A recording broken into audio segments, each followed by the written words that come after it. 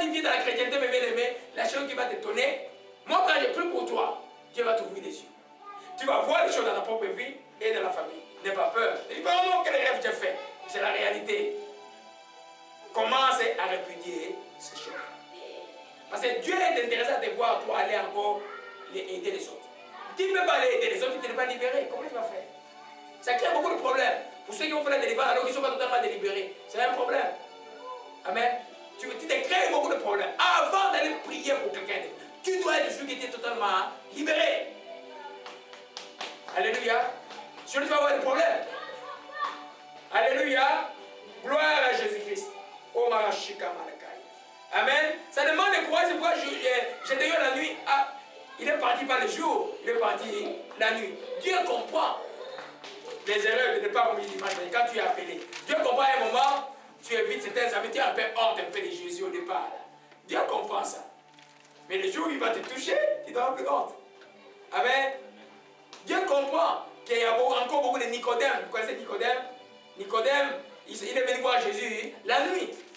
Mais c'est Nicodème qui a enterré le corps de Jésus. Est-ce qu'il était disciple ou pas? Il était disciple.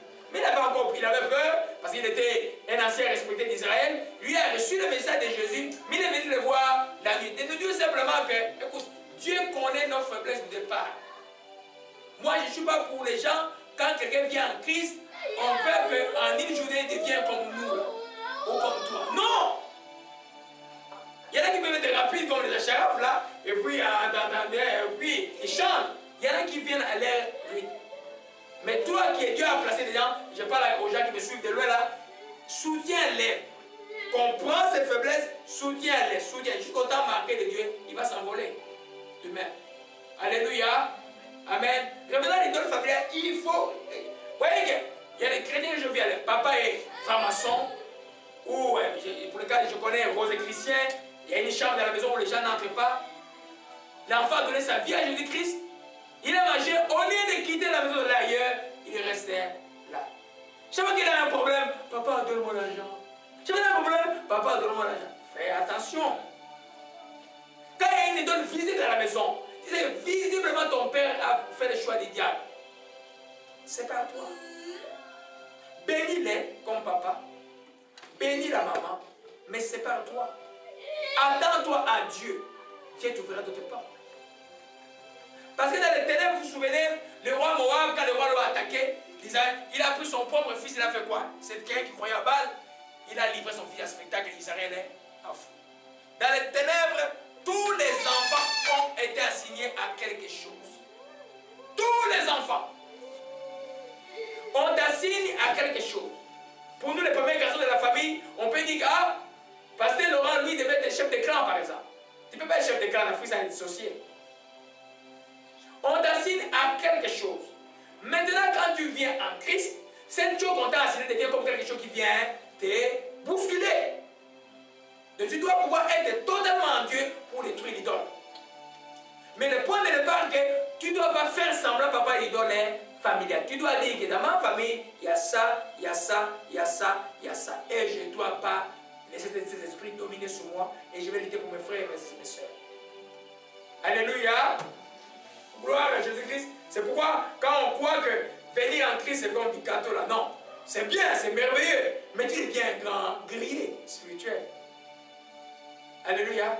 Les choses qui t'ont dominé ne vont plus te dominer parce que toi, tu ne peux plus ces choses parce que Christ est dans toi. Alléluia. Amen. Alors, il y a quelque chose que je me disais hier. Dans la marche avec Dieu, il faut savoir obéir aux ordres de Dieu. Dieu a donné l'ordre à Gédéon, il dit, va dans la maison de ton père. Quand Dieu t'appelle, tu donnes toujours un ordre. Fais ça. Laisse ça. Fais ça. Tu dois obéir aux ordres du départ. Tu peux être de ton cœur une fois te dire, fais ça. Allez, ne fais plus ça. Obéis. Parce que la Bible dit que la force des peuples de Dieu vient en marchant. Quand je suis en train d'obéir, la force de Dieu est en train de venir. Quand je suis d'obéir, si je n'obéis pas, il n'y a pas de force. C'est Dieu est toujours intéressant que nous marchions pareil. La foi, je regarde qu'il n'y a pas beaucoup de gens aujourd'hui. Amen. Je vais avoir le coup de fil après, mais bon, il faut être là. Alléluia. C'est très très important de comprendre cela. Qu'en Dieu, quand il donne un ordre, c'est quand il fait le pas que la force vient. Il n'y a pas de force avant. Même quand je viens prier pour vous, là, je le fais par la foi. C'est quand je viens vers vous que l'onction sur moi. Si je ne viens pas, il n'y a rien. Alléluia. Dieu, c'est vrai, ça demande toujours le courage dans l'appel de Dieu. Alléluia. Donc, Dieu va te donner un ordre. Cet ordre, j'appelle les ordres épreuves. Les ordres épreuves. Vous le voyez dans chaque appel de chaque vous venez en Christ, les ordres épreuves sont toujours là. Vous le voyez dans la vie de tous les serviteurs de Dieu. Amen. En fait, c'est un ordre qui paraît très difficile pour toi, mais quand tu vas le faire, tu vas avoir une bénédiction derrière. Alléluia. Notre père de la foi s'appelle qui? Abraham. Amen. Dieu lui a demandé une chose très difficile. Je vous parlais de la séparation tout à l'heure. Alléluia. Dieu a demandé à Abraham de quitter quoi? Sa famille. Et d'aller dans le lieu que Dieu lui montrait. Amen.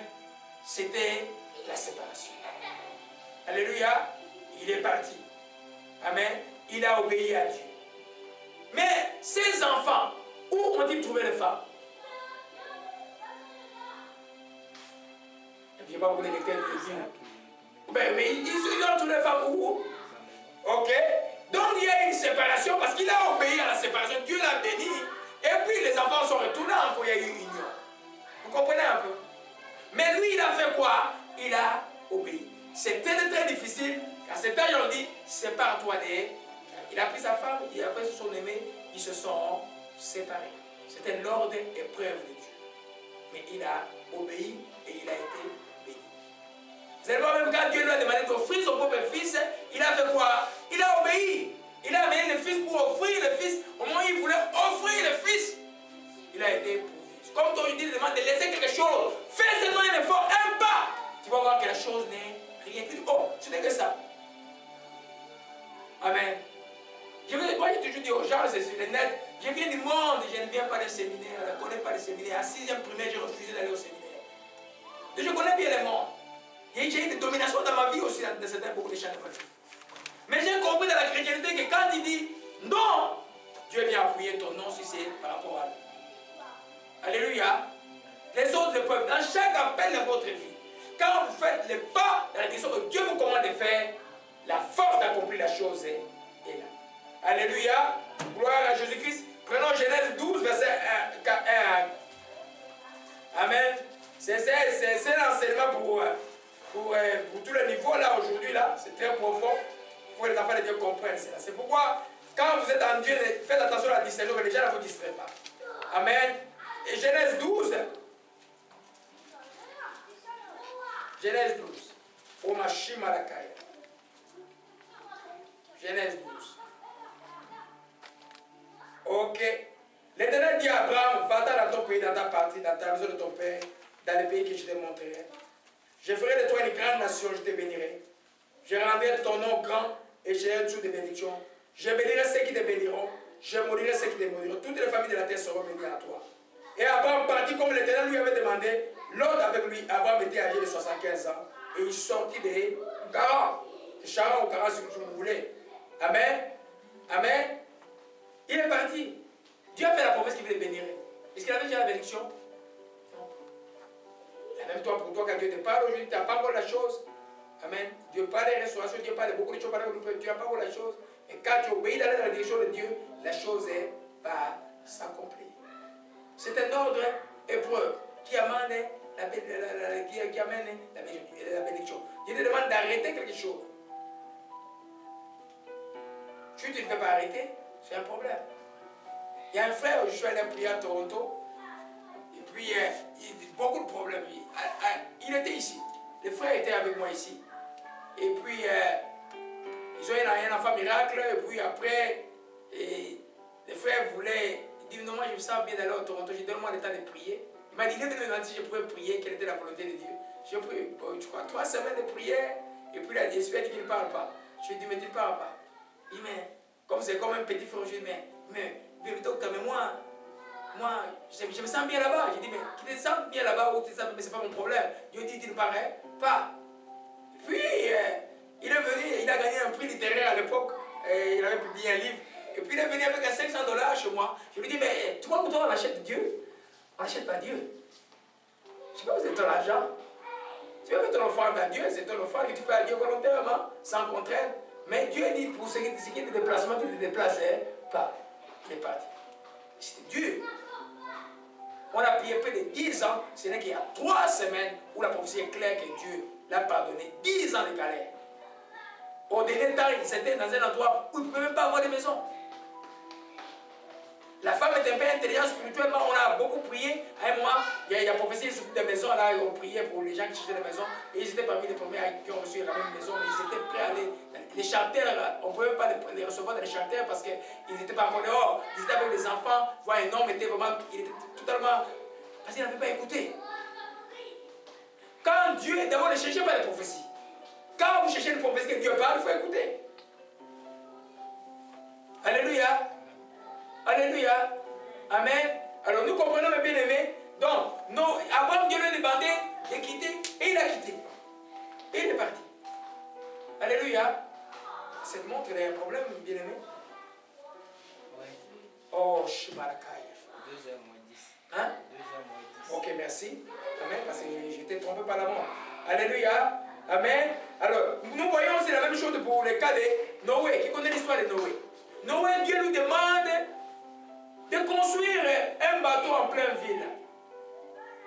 Là, vous voyez l'arche de Noé. Et les gens se moquaient de lui. Mais il avait obéi. Son obéissance lui a causé quoi? Son salut de toute sa famille. Au début de ton appel chrétien, l'obéissance est la chose la plus importante que tu cherches. Mais pour toi, aujourd'hui, tu es béni parce que Dieu t'a mis le Saint-Esprit de donné Jésus-Christ. Il peut rendre capable d'obéir à Dieu parfaitement et sans problème. Alléluia. Amen.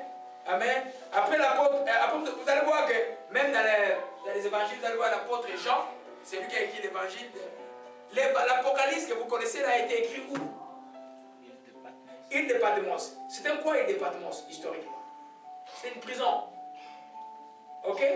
C'était une prison, c'était pas une ville. Mais quand alors on fait dans Apocalypse chapitre 1, 9, Dieu l'a envoyé dans une prison pour qu'il annonce l'évangile que Dieu le parle là-bas. Amen. Alléluia.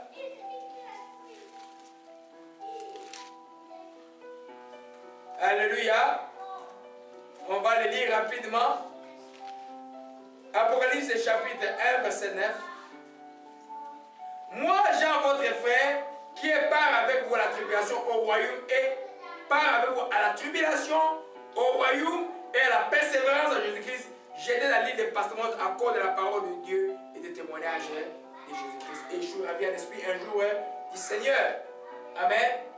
Il dit quoi? Qui est part avec vous à la tribulation. Amen. Et à la persévérance. Alléluia.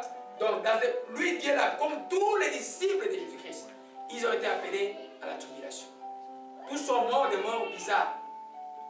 Jean, lui, il était mort dans une bouillarde, lui. Et Pierre était mort, les pieds en bas, les jambes allaient crucifiées à l'envers. Amen. Jean-Marc était mort à Alexandrie, entraîné par un cheval. C'est comme ça qu'ils sont morts. À cause de l'obéissance de Christ. Dieu merci que c'est rarement aujourd'hui là. Alléluia. Mais c'est pour nous dire simplement que pour Jean, l'obéissant qui a appelé la bénédiction que nous avons dans le livre d'Apocalypse d'aujourd'hui, il fallait qu'il soit dans cette prison-là. Amen.